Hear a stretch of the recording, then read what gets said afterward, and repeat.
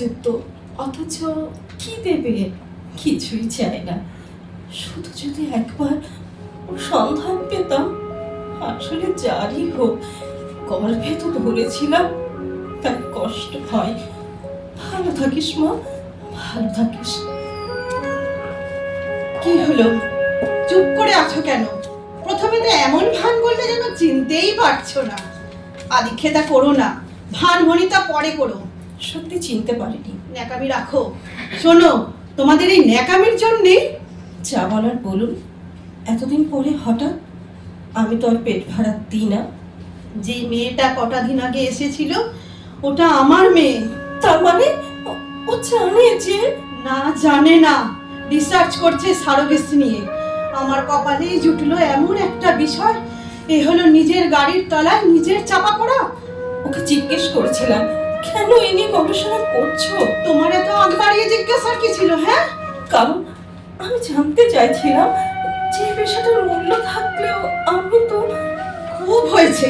শোনো, ওর কাগজপত্র ঘেটে আমি তোমার সন্ধান পেয়েছি, তাই এলাম। তুমি কোনো মতেই ওকে বলবে না যে তুমি মামুনকে গর্ভে ধারণ করেছিলে। মনে থাকে যেন। হায় ঈশ্বর, আমার অনুমানটা তার মানে মিথ্যা হয়নি। মিথ্যে? মিথ্যে মানে? আরে বলবে তো কি? চুপ করে গেলে কেন? কি হলো?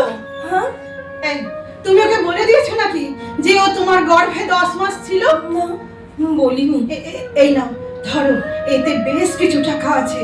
ও যদি দ্বিতীয়বার আসে, তুমি ওর সঙ্গে আর দেখাই করবে না।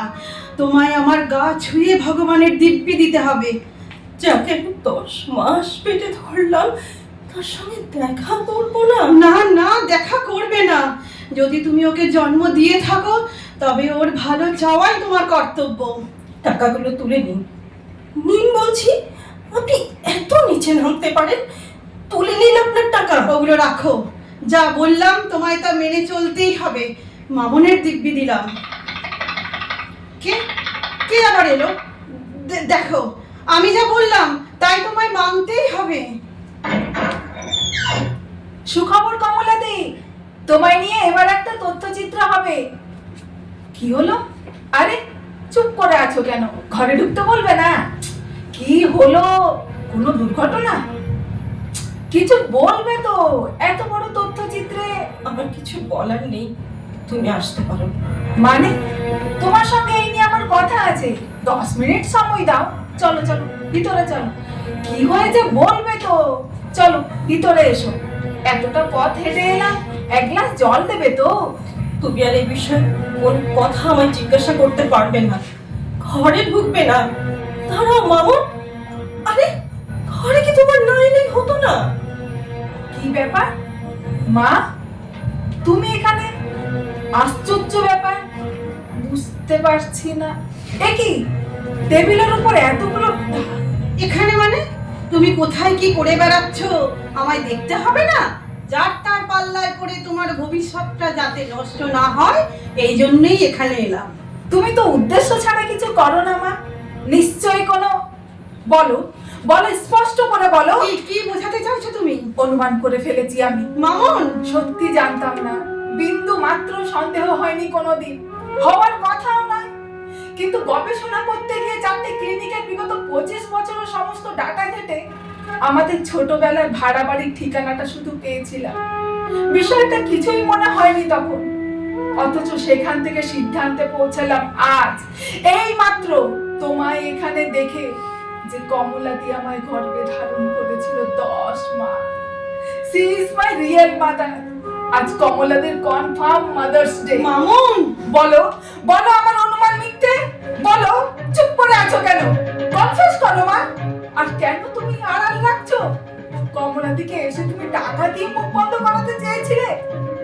এই তো, টাকা দিয়ে অন্যের গর্ভ ভাড়া, টাকা দিয়ে তার মুখ বন্ধ। ওরকম ভাবে মায়ের সঙ্গে কথা বলতে নেই মা। তোমার সন্তান ধারণের অক্ষমতা তো ছিল না মা, থাকলে তুমি এভাবে এখানে আসতে না লুকিয়ে। বলো বলো, আমি ভুল বলছি? 10 মাস নিজের সুবিধার জন্য নিজের সন্তানকে পেটে ধরতে পারে না, তার মাতৃত্বকে আমি। তোমার শারীরিক অক্ষমতা থাকলে আমি এই পদ্ধতির জন্য তোমায় স্যালুট করতাম মা, কিন্তু তুমি এত স্বার্থপর। এর জন্য তোমার আক্ষেপ হয় না? বাবাকে পর্যন্ত তুমি রাজি করিয়ে নিয়েছো নিজের সুখ আমোদ বজায় রাখবে বলে।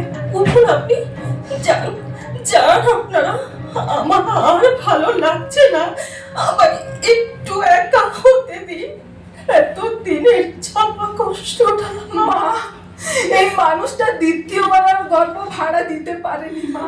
আমি আর পারছি না মামু।